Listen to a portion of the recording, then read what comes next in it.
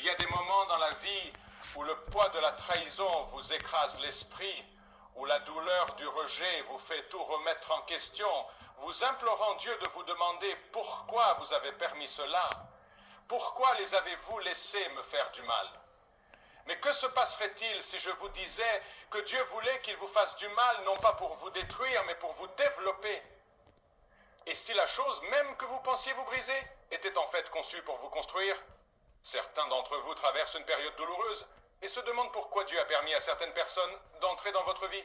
Pourquoi les a-t-il laissés vous blesser si profondément? Mais écoutez-moi, Dieu ne vous punit pas.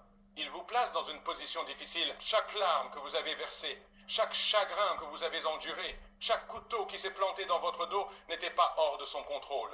Il l'a vu venir, il l'a permis et il va l'utiliser pour sa gloire.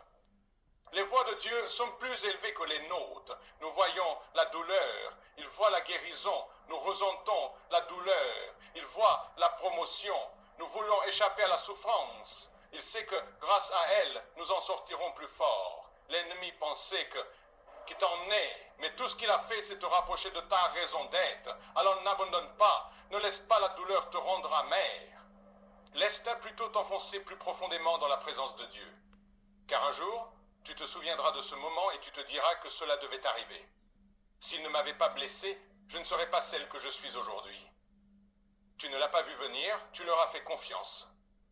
Tu les aimais, tu pensais qu'ils étaient là pour toi. Et puis un jour, ils se sont retournés contre toi.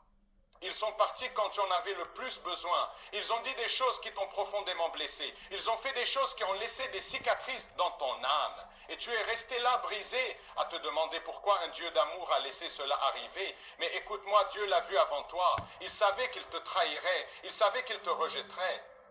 Et pourtant, il l'a permis. Non pas parce qu'il se réjouit de ta souffrance, mais parce qu'il a un but plus grand que la douleur que tu vois. Parfois, Dieu doit laisser les gens te briser le cœur pour qu'il puisse intervenir et le guérir lui-même. Parfois, il doit laisser les gens te briser le cœur. Je t'abandonnerai pour apprendre que cela ne te quittera jamais ni ne t'abandonnera. Regarde, Jésus, l'un de ses disciples, celui avec qui il marchait, mangeait et aimait. Il l'a vendu pour 30 pièces d'argent. Pierre, l'un de ses amis les plus proches, a nié le connaître. Alors qu'il portait la croix, meurtri et battu, ceux-là même qu'il était venu sauver se moquaient de lui.